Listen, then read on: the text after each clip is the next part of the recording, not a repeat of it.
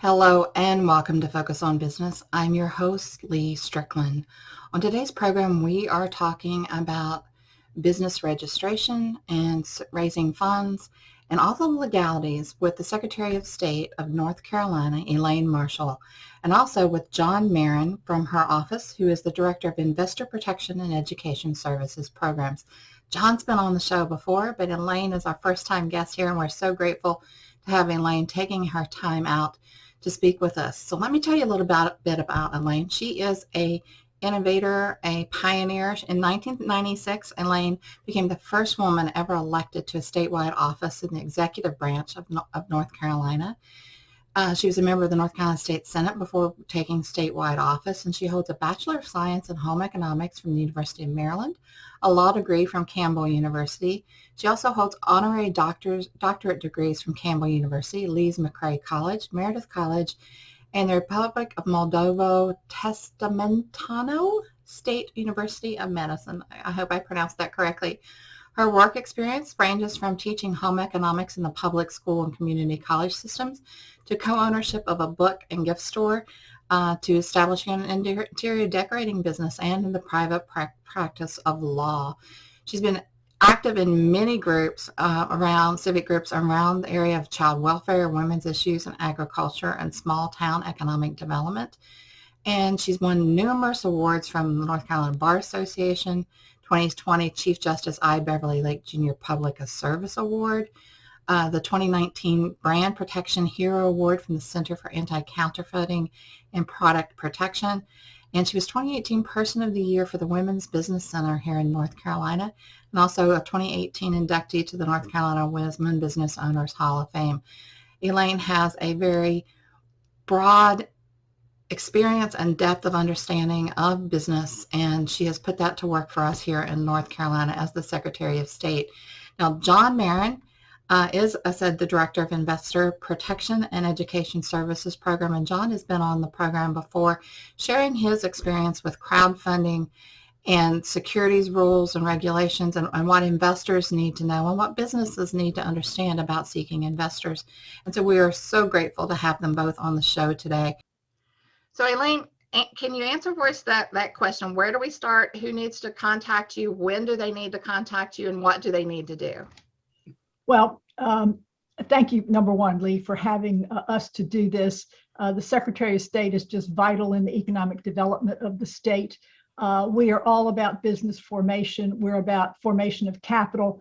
And that's really how our entrepreneurs and bright people and innovators get going. We've got a lot of resources for folks, and unfortunately, they don't know about those resources, so I really do appreciate this. We are the place, I call our back hallway the maternity ward of business, because that's where all the business creations come in. If folks want to operate as a business corporation or a limited liability company, or a limited liability partnership, or some of those other alphabet soup, LLP, LLC varieties, or if they want to be a nonprofit, they have to, in North Carolina, they have to start with us. Now, you don't have to form something to be in business. You can be a sole proprietor all day long. There's no rule against that. There's no rule against who must become a form with the state. But if you want the protections that, in the case of an LLC, it's limited liability. If limited liability is what you're after, and an easier way to form an LLC might be the answer, as opposed to a standard corporation. You need to talk to your legal counselor or accountant advisor as to which is going to fit your operation. And what starts out one way, you may want to change for a variety of reasons, but that's a business decision that we at the Secretary of State's office really cannot make for you. We just provide the basic information. Now, the things though to look at is that if you form a corporation, then you will need to have annual meetings. You will need to file a corporate tax return. And you have, assuming you treat your corporation like a corporation, you will have liability from things like automobile accidents and protection from losing your home or other assets. That's the main reason why a lot of people incorporate. About now 25 years ago, LLCs, limited liability companies, were created, and they are easier to form. They you have to find the profits and losses of an LLC flow through to the individuals who are involved, their individual tax returns. So the tax reporting process is a lot simpler. And that's why a lot of people pick LLCs. In fact, LLCs have gradually become the preferred way for people to do business, not just in North Carolina, but in almost every other state. So we are seeing a trend line of LLCs going up like this just in general. And now, since the pandemic has hit us, business creation is on fire. I don't know how to explain it. It's like a rocket taking off. My assumptions when we went into the pandemic in March, April, was that business formations would probably slow down. I was absolutely wrong and wrong. I don't know how to say it otherwise. Because in the beginning, folks were wanting PPP loans. Right. And our first surge of activity occurred then, right away at late March and April. In fact, over Easter weekend, Good Friday was a holiday. People were locked down. People had gone home. People were very uncertain. And we offered overtime to our employees that do that function. Right. And they were exceedingly happy about that because they couldn't go anywhere else. They were happy to be earning. They were unsecure about other family members and income and just everything. So they were happy to have the work. We did over 1,100 reinstatements over that weekend. That was a historical number for a short period of time. Because folks found when their bankers started looking at their paperwork, they automatically came to us, which is what I want people to do. For business information to help make good decisions, use our website, sosnc.gov. sosnc.gov. It's critically important. We have pieces of information that you can put together and do your own analysis about, do you want to trade with this company? Do you want to extend credit to this company? Do you want to invest in this company? Who are the operators? You know, just all that kind of stuff is the kind of pieces of information that you can get there. So bankers were looking to see if they were current and in good standing with the state. And many of them weren't. Right. These were companies who had in-house CPAs, in-house lawyers who had failed to keep their paperwork with the state current. And so we were in a rush of reinstatements. Then once that kind of slowed down a little bit, I thought, okay, now we're getting down to this other pace. Well, about this time last year, May, going into June, going into July, I was looking at our intake numbers and I'm going, what's going on here? They were going up and up and up. And that has continued. Right now, we are at a historic high. And for the time period of January 1 to where we are today, we are over 75% ahead of where we were that same time period in 2020, 2019, 2018. Now, I just told you that it kind of started mid 2020. So we're all kind of anxiously awaiting as we now get to mid 2021 to see if it keeps up. You know, increases over increases are just astronomical. Yeah, it's amazing because I think so many people realized that their financial security, their independence needed to come under their control. And I think they needed to stop being an employee, or maybe they'd been a 1099 contractor and they realized, okay, now is the time to make this into a real entity and put that security and kind of control your destiny. You're absolutely right. And I think that's one of the reasons why folks are having difficulty hiring back now. People have said, I'm tired of working for the man. I'm gonna work for myself a little bit more.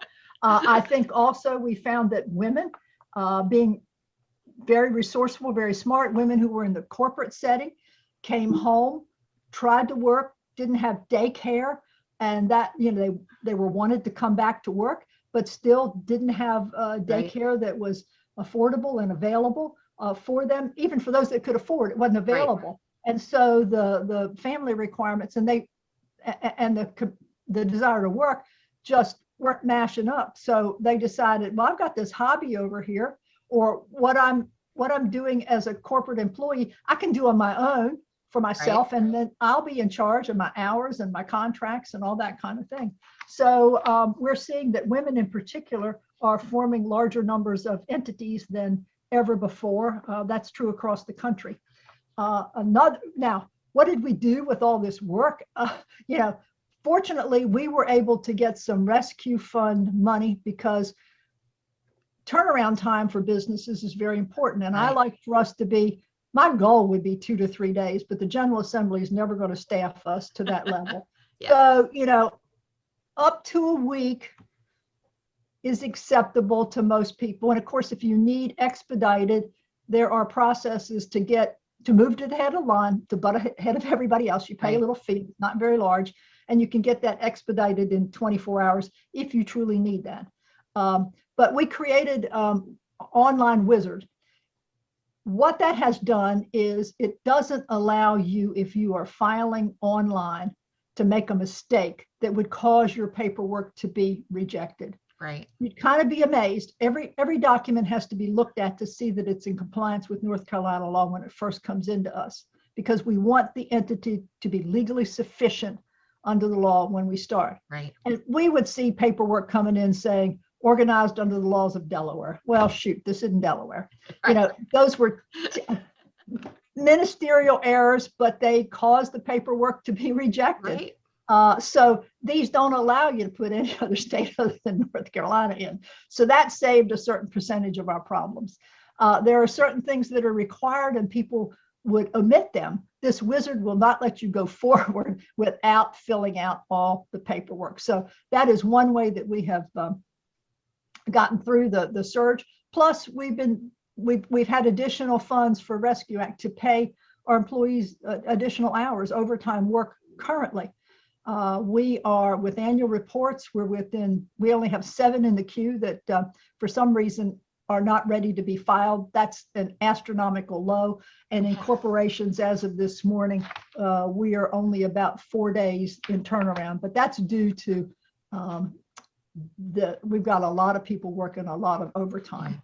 And fortunately, the General Assembly has made that resource available to us. But if this keeps up, we're going to need that additional funding. You're going to need bandwidth, right? We actually need new positions is what it amounts to. So so the companies are coming in and they're registering, but do they even realize what the next step is? Because like you mentioned, the annual report. So many times when I come to the Secretary of State's website, because I was telling John before we got on that I screen every entity I'm going to do business with, whether that's a vendor, a client, an organization I'm going to join to see if they're properly set up and registered.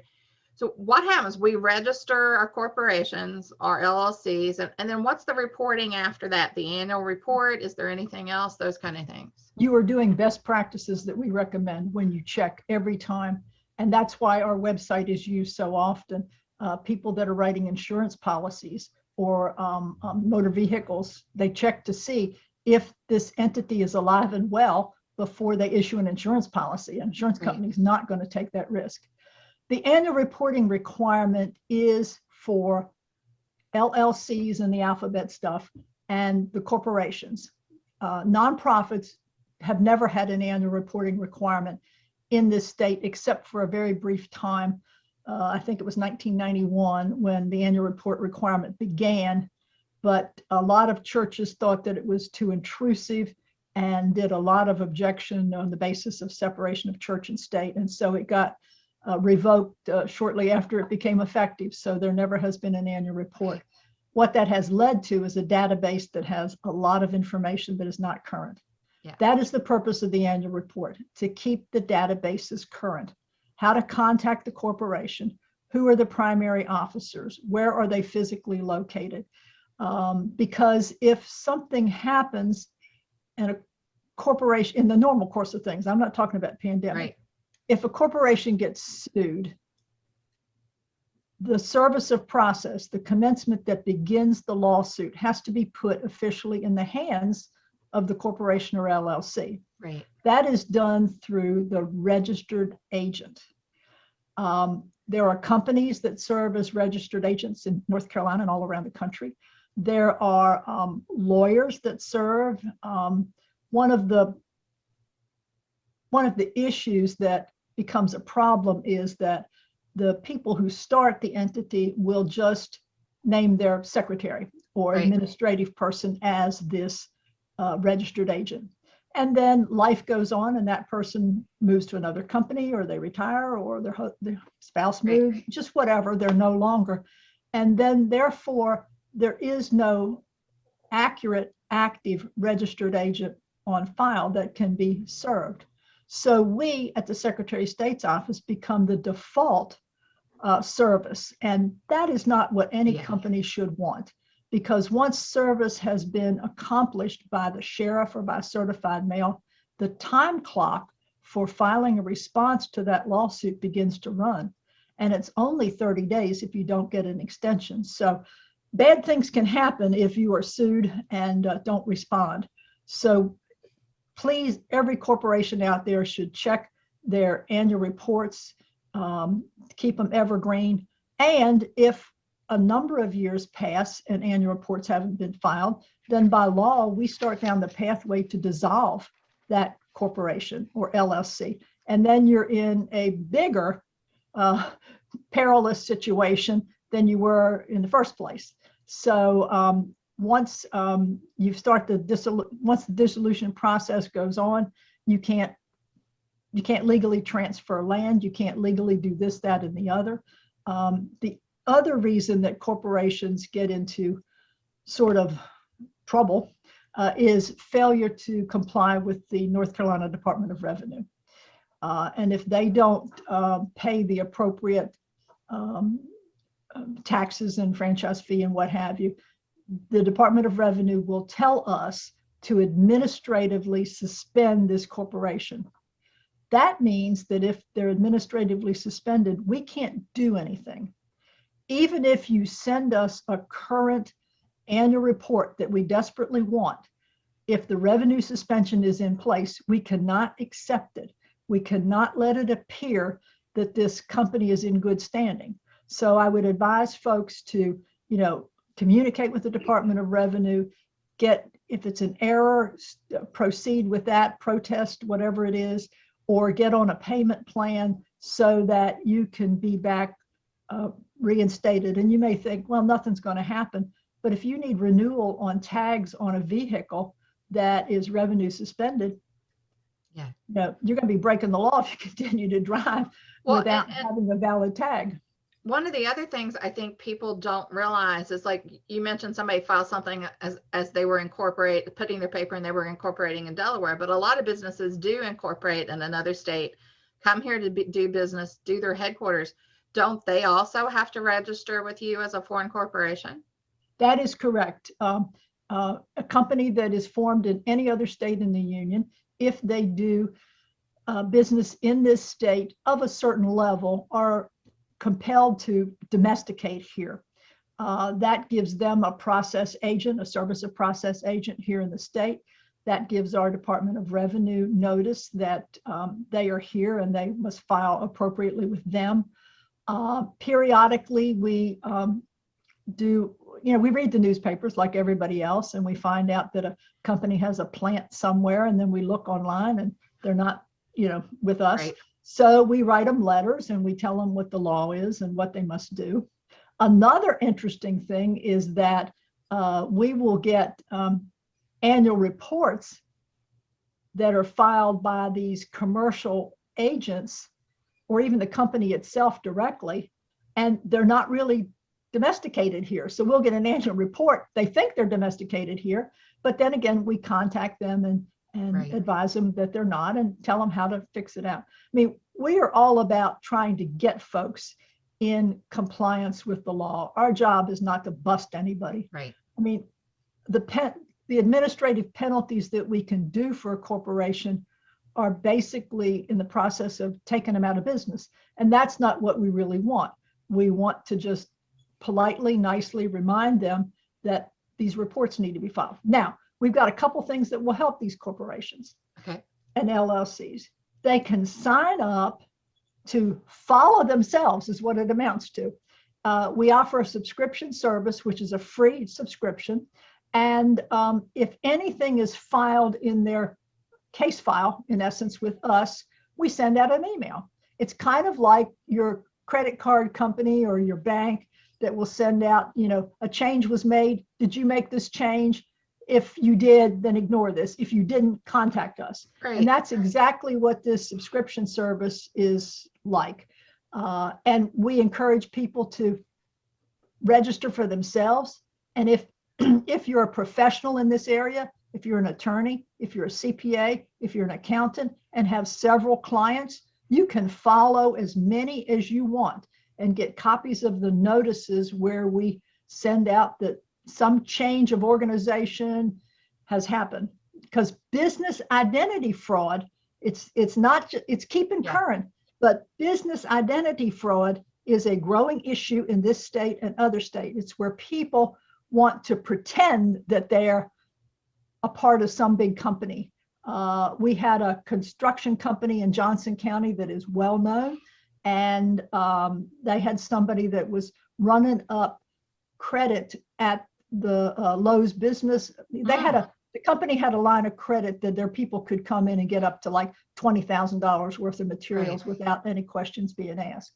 And this person knew about that and filed an amended annual report, put their name on the annual report, put a different address on the annual report, and then went to get some supplies. And the person who was, doing the bookkeeping or, the clerk that day said, "Oh, I've never seen you before. When did you start working for it?" "Well, I've been around a while," gave a song and dance. And the guy said, "Well, you can check it. It's on the Secretary of State website." And this Lowe's employee did, and lo and behold, there was his name. That company was out about $15,000. Yeah. Or Lowe's was out about $15,000. I don't know how that part actually ended up. But, people will get credit and will get product in the name of somebody and don't ever intend to pay. So, well, and it kind of triggers that whole identity theft thing of they can get access to the bank account. I mean, it can just, snowball. It can so snowball that into annual monitoring. I'm so glad you guys have that subscription thing now, because I monitor my clients and stuff, and usually it's a day I set aside each year to go out and make sure everybody filed their annual reports. Is it there? Have they been doing everything?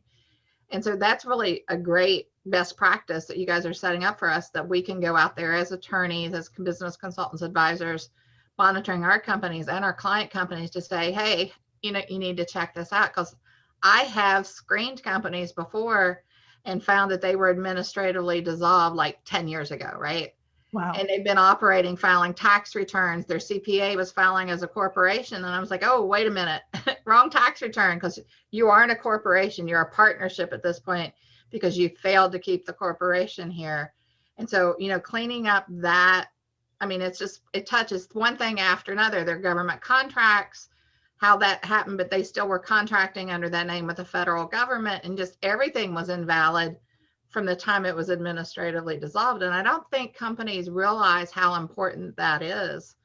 I know of another case here in Wake County where a bid was awarded by the Wake County, and it went into protest. And one of the points of the protest is that they're not in compliance with state law. They should not be doing business.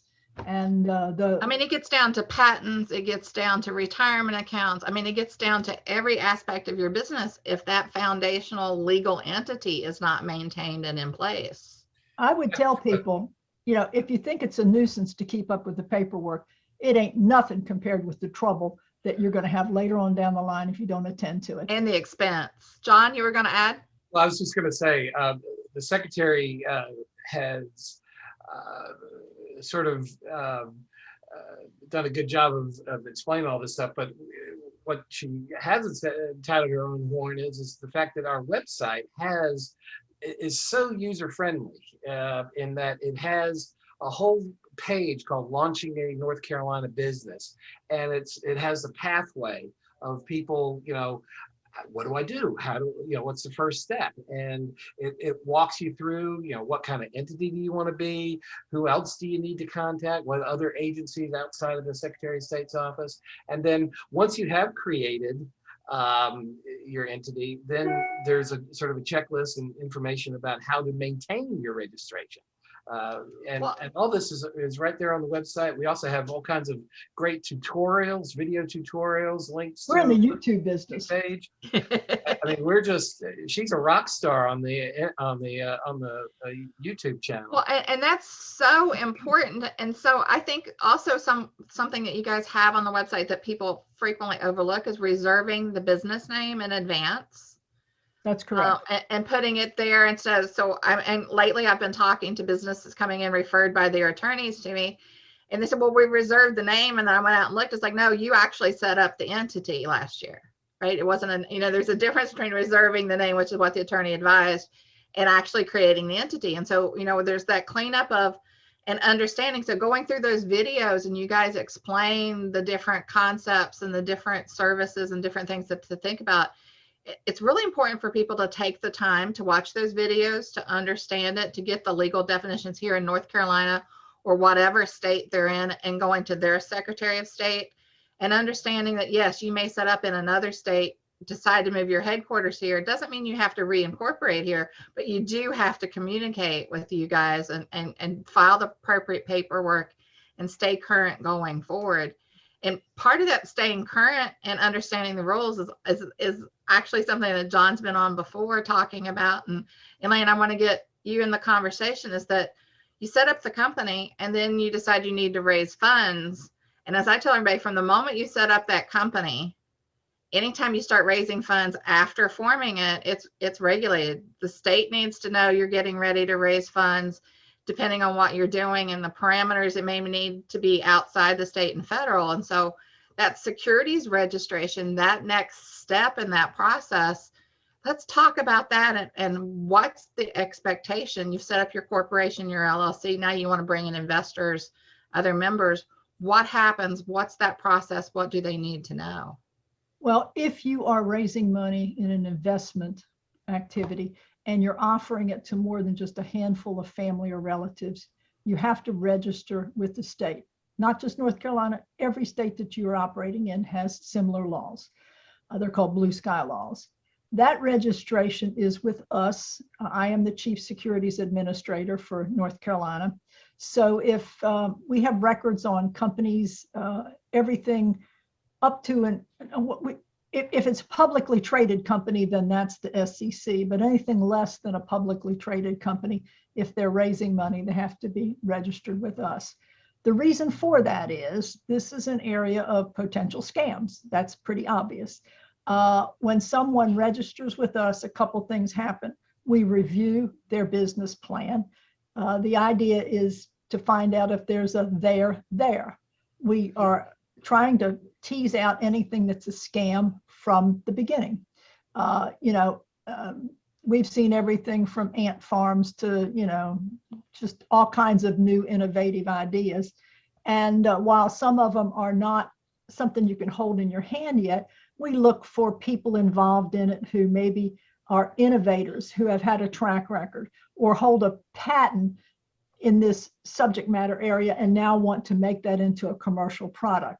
So, you don't have to be in business doing the product. You just have to have a sporting chance at doing what you say so that it's not a scam from the beginning.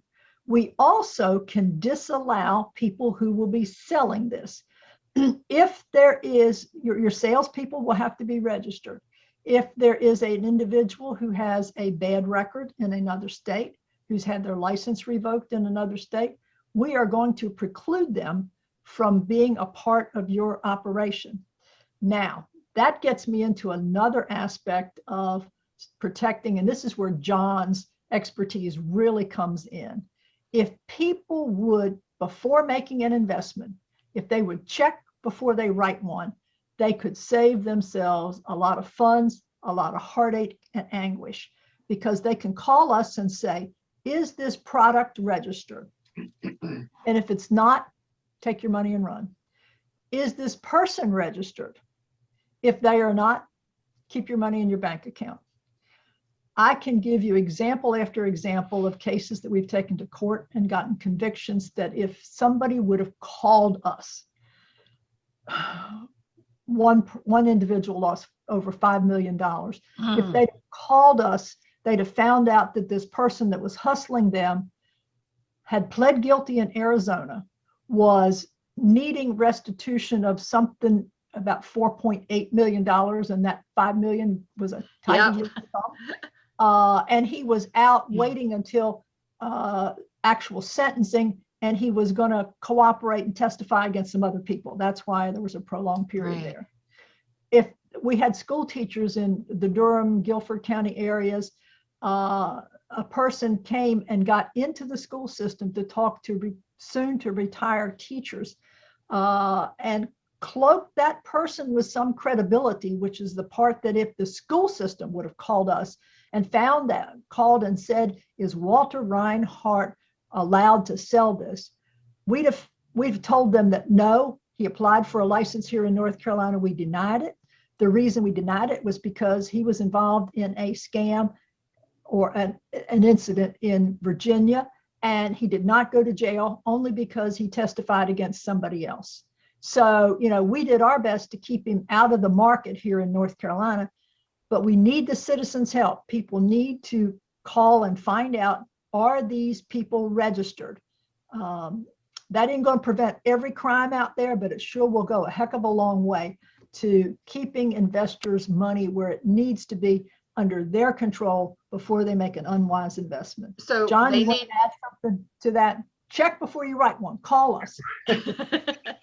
I mean, that's it. I mean, it really is, securities law is very complicated, and we're not trying to teach anybody how to navigate there. But we want people to understand that the law sort of starts from a presumption that you have to be registered, and the product itself has to be registered. There are all kinds of exemptions, but we don't get into that. We just tell people, think about the fact that if somebody is saying, hey, I've got this wonderful idea or product or whatever that's going to make us all rich, and Lee, I need you to give me, or I'm inviting you to give me $10,000 or $100,000 or whatever you have, and I'm going to let you have a piece of this action, and you don't have to do anything. You're just a passive person. All you have is the money, okay? And I tell people, if you can sort of reduce whatever the pitch is to that level of simplicity, then 9 times out of 10, what you're dealing with is a security. And again, we want people to remember that, generally speaking, the person who's promoting those kinds of endeavors, as well as the actual product itself, has to be registered. And who do you check with? You check with Elaine Marshall. You call that. And what is that information that you say, the business plan? That has to have financials in it, correct? They can't just give you something that says, oh, we're not going to give you financial statements on, we're not going to tell you how to use the money. They literally have to have a business plan that says, this is how much we're raising, this is how we're going to use it, this is the expectation of the return, this is the next 3 to 5 years of what we think is going to happen with this is what we're doing with it, this is how we're going to make the business, whether it's an idea at this point, like Elaine was saying, somebody has a patent and they're going to take that and take it to the marketplace. But they have to give you management's view of how we're going to do this and some information, real information. Right. And we recognize that none of this is easy. Okay. There's a lot of information, and the average person who is kind of considering doing this would probably rather spend his or her time doing the business. But if they are going to get into this idea of how do I raise money, how do I raise capital, I've borrowed all the money I can from mom and dad and all my friends. Now I'm looking for investors. We tell people you can do this by yourself. Okay, you can do it yourself. You do not have to have an attorney, but having a lawfully registered attorney in North Carolina who is experienced in securities law could possibly save your bacon, because again, the law is black and white. Intent doesn't matter. You either you either are violating the law or you're not. And it doesn't matter what you intend. You could be as pure as the driven snow in your intentions, but the law doesn't care. It says, did you violate it or did you not? And there are some pretty hefty fines and penalties if people do violate them. And so, to your point, John, you said an attorney that is equipped, experienced in securities law, not just a general corporate attorney, nothing bad on them, or patent attorney. Exactly. No. You really need a qualified, experienced securities attorney to walk you through these processes. And the more money you're raising, the more sophisticated this issue is. And as Elaine said earlier, it can need to be done, those blue sky laws in every state you're talking to somebody. And that is why you need a qualified securities attorney to get involved. And we realize that, that attorneys aren't cheap, especially qualified securities attorneys. That's why Secretary Marshall was very instrumental. She and her staff were very instrumental several years ago of helping get pushed through a crowdfunding, an equities-based crowdfunding bill that's now law, called the North Carolina PACES Act. And it provides a couple of different pathways for people to raise funds that are slightly lower cost and less complex. At a lower cost, Exactly. Right, exactly. And go ahead. All of the financial reporting that comes to us in a regular securities offering, it may cost $20,000, $30,000. Right. I don't know how much, but this is a lower amount that can be raised. It is more highly regulated in the raising, because if a company says, I'm going to raise $250,000, they can't take the first money that comes in to help raise more money. That's a Ponzi scheme. Right. And they set a mark where they say, we're not going to touch this until there's like 200,000. They can't just eat it up and then there be nothing. So crowdfunding is a way for smaller entrepreneurs to get what they need. I mean, one of the typical examples is a bakery or a pizza shop needs another oven or something, and they've got customers who they think would be willing, they're regular customers, they would be willing maybe to put $1,000 in a piece, and maybe they only want to raise $25,000 to get that new oven and do a little upfitting to the shop and a little marketing money.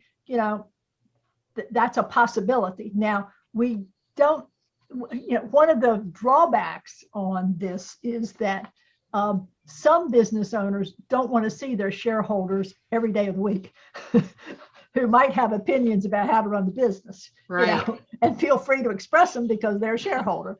But that is something that the entrepreneur business person will have to just think through about how they're going to handle it and what have you. So you don't have to be in the very, very uber expensive zone in order to raise capital here in North Carolina now. But generally speaking, I think the cap on the crowdfunding for intrastate within the state crowdfunding is $2 million, correct? Right. I think that's right. Yeah. Okay.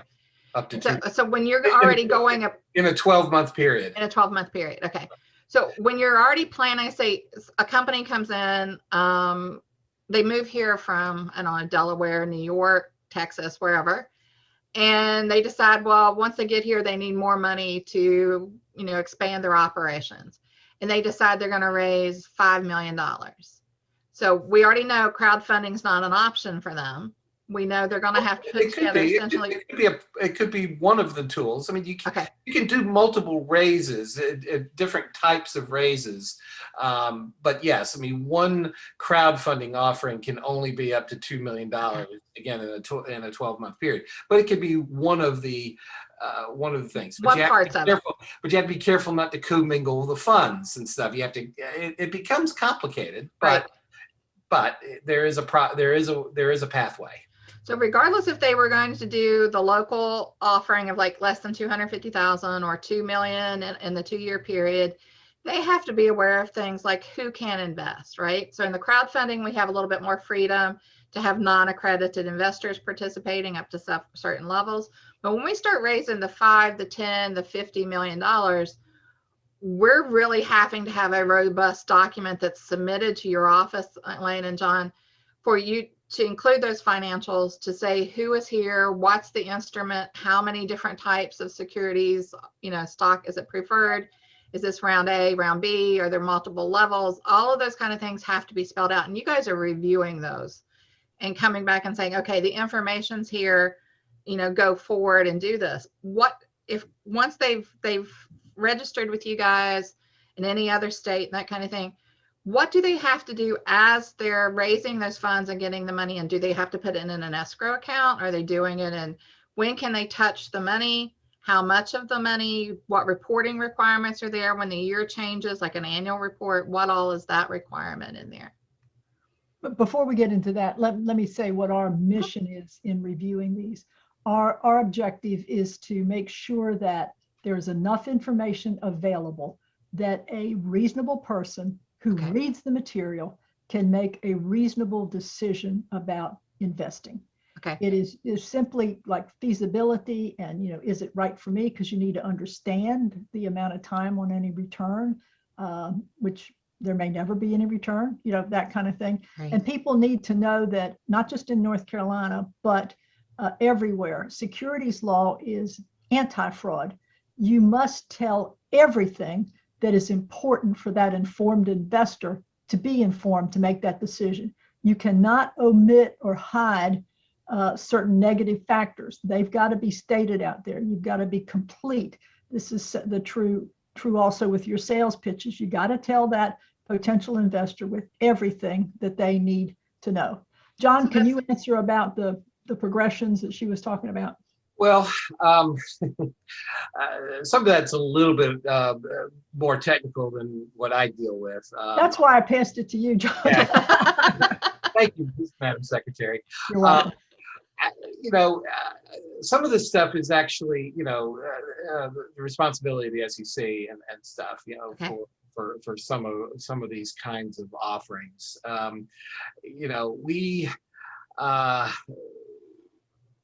We do look at them, but there's not an awful lot of reporting that I'm personally aware of as far as what comes to us.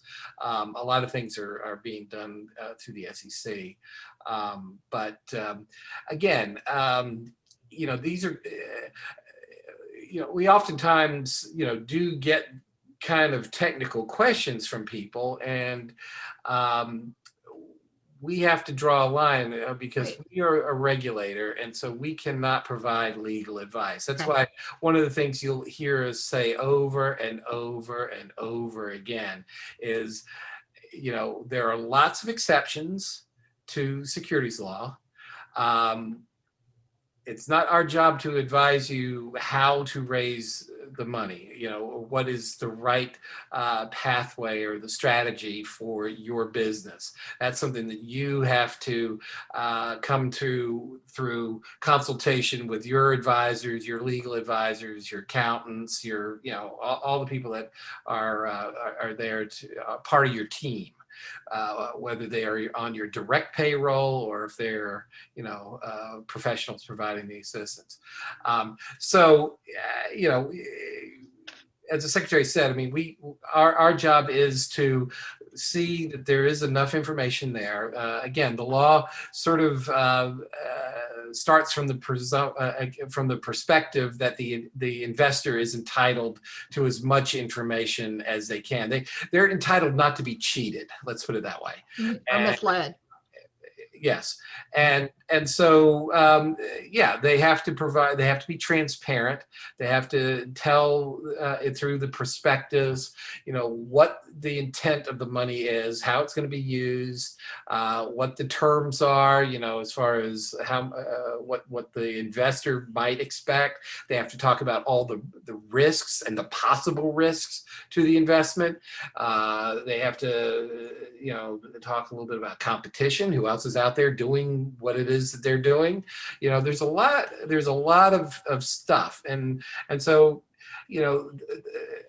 the process is not for the faint of heart, and I can understand that maybe from a business perspective, they can kind of see this as being a lot of work and a lot of burden. But I oftentimes say, well, let's look at it from the perspective of the investor. Let's say you, Mr. Businessman or Miss Businessman, are being pitched an investment or some type of entrepreneurial endeavor. Wouldn't you want to know these basic questions? About the management team, what their history has been, stuff like that. So yeah, I get it, but at the same time, there's a reason why there's these rules are in place. Let's jump off from that, John, on from the investor perspective. Calling in and checking to see if someone that is making this pitch for them is licensed to do that. So who can be licensed to make those pitches?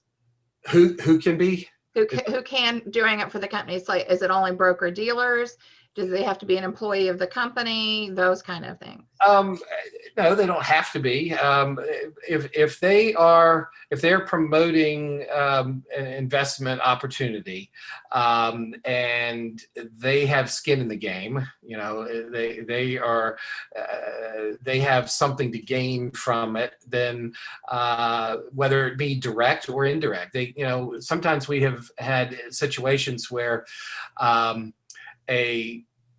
we'll just say a con man will co-opt a legitimate, let's say, insurance salesman in a scheme, because they know that the insurance agent has a reputation within the community.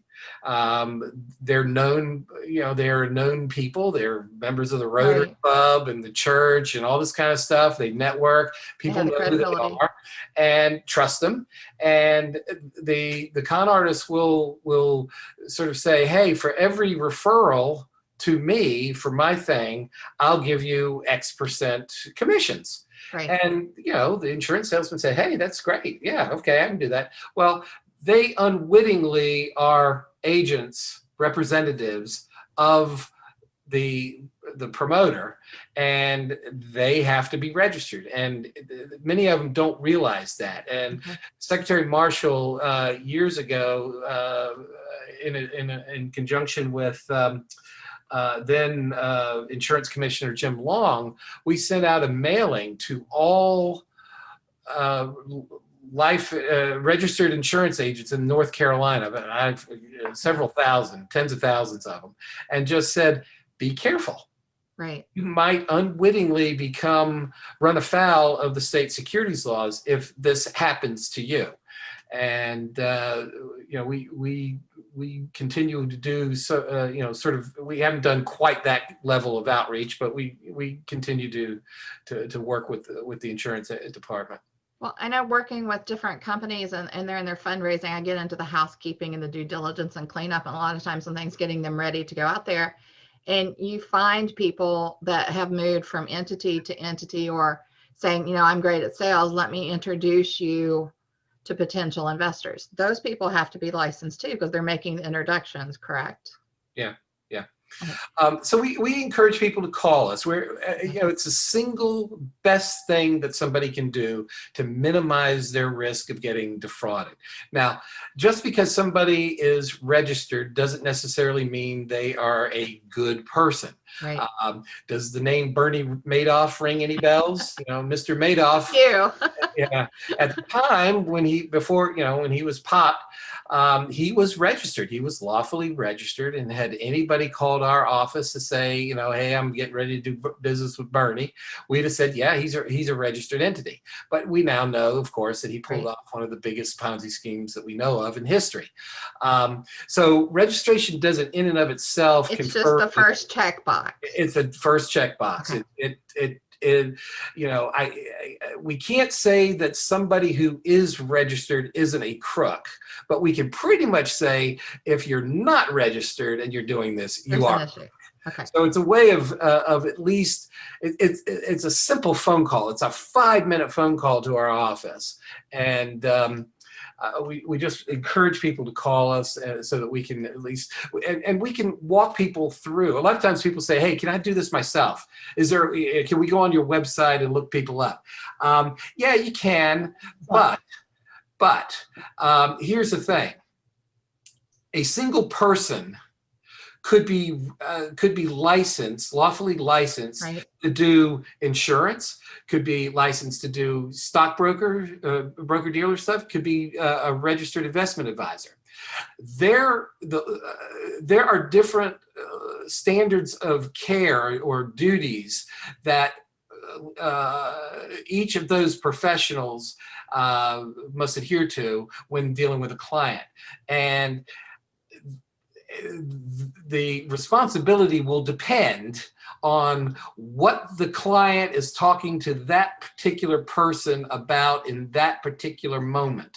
Okay, so by coming to us, we have access to all the registration databases for all these individuals, and we can tell people, we can help interpret the information and say, this person can do this, but can't do that. Or this person isn't lawfully registered in North Carolina, things like that. And we can also tell what their history has been, if they have had any kind of disciplinary actions taken against them by Secretary Marshall or any of her colleagues in other states or the feds. Or even dismissed from brokerage houses, because brokerage houses do not like bad publicity. Right. And so they will take care of the problem in-house and then involuntarily separate the person.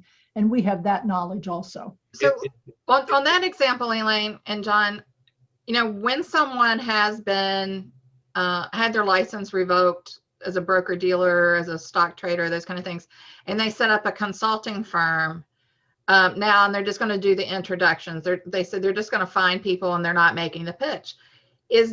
Isn't that really a fine line between kind of like trying to dodge that, I'm not allowed to do this anymore, but now I'm a consultant making introductions during your fundraising area. I'm not making the pitch, but isn't that just that introduction also part of that fundraising process? Well, I haven't been asked this question before, but if they receive any commission off of it, by jingo, we would look at it. Yeah. Yeah.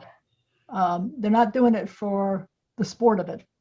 Yeah, because calling yourself a consultant and getting paid as a consultant doesn't, the terminology may be different, but if you're making introductions solely for the business to be able to raise funds and talk to those people about raising funds, that gets into those waters of, okay, you're getting compensated to make an introduction and they're raising funds, right? I would say so. That's gonna be one of those legal questions that I gotta let some of our bright attorneys back in the office. Well, those kind of relationships where someone has been, fired from a brokerage firm, has been, they've lost all their securities licenses, and now they have a consulting firm making introductions. That just doesn't pass the smell test, right? At least from my end. That makes me extremely nervous as a business person out there focused on compliance and making things. That's really when a call needs to come to your office and say, okay, I've encountered this person. He disclosed this, but this is what he's doing for us. And that's from the business that's hiring that consultant and from an investor that potential investor he may be contacting. And we do all kinds of outreach to the professionals in this space. We deal probably we have a much closer relationship with the state registered investment advisors.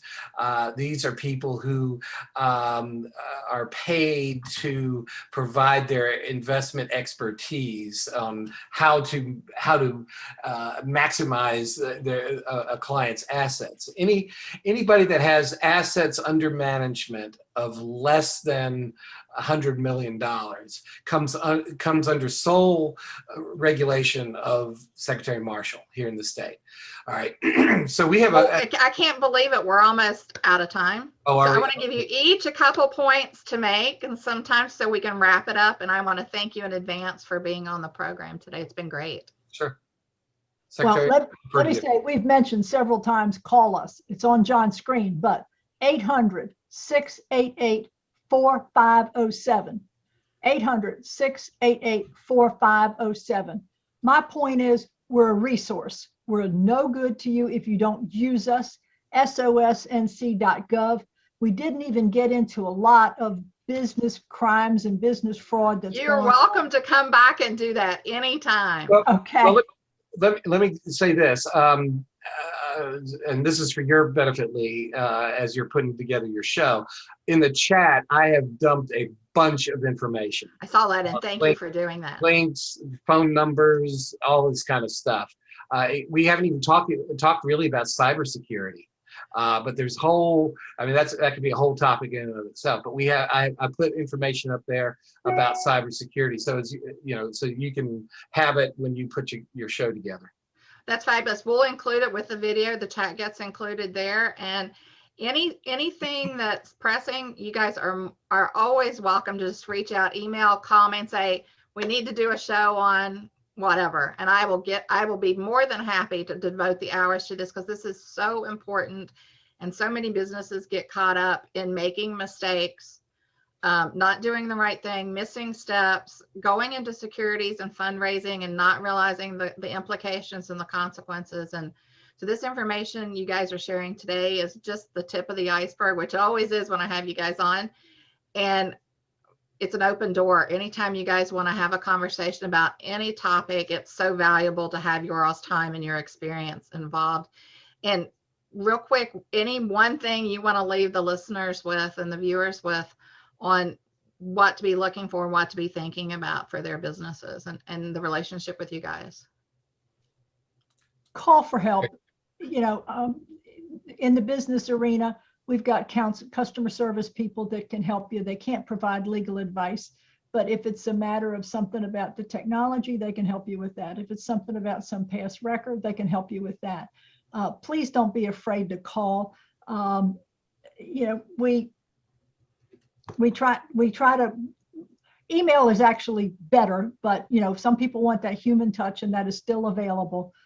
So please use us as a resource. And we get a lot of compliments on our customer service that people are expecting a horrible bureaucratic experience, and it turns out to be something else. So we're proud of our customer service folks. And we get a lot of customer service questions through our social media platforms as well, our Facebook and Twitter somewhat, and Google, the Google profiles that we have, and I'm sort of the quiet voice behind the screen on that. I sort of field a lot of those. So I don't know it all. I usually go to our subject matter experts in the department with technical questions and stuff. But I am very customer service driven as well. If I at 10 o'clock at night, if I get a ding that something has come in, if I can answer it right then, it's not unusual for me to do that. Absolutely fabulous. Well, thank you both again. The door, like I said, is always open. And thank you for our listeners and our viewers. And thank you for joining us on Focus on Business. I'm your host, Lea Strickland. And until next time, everybody, stay focused on the important things.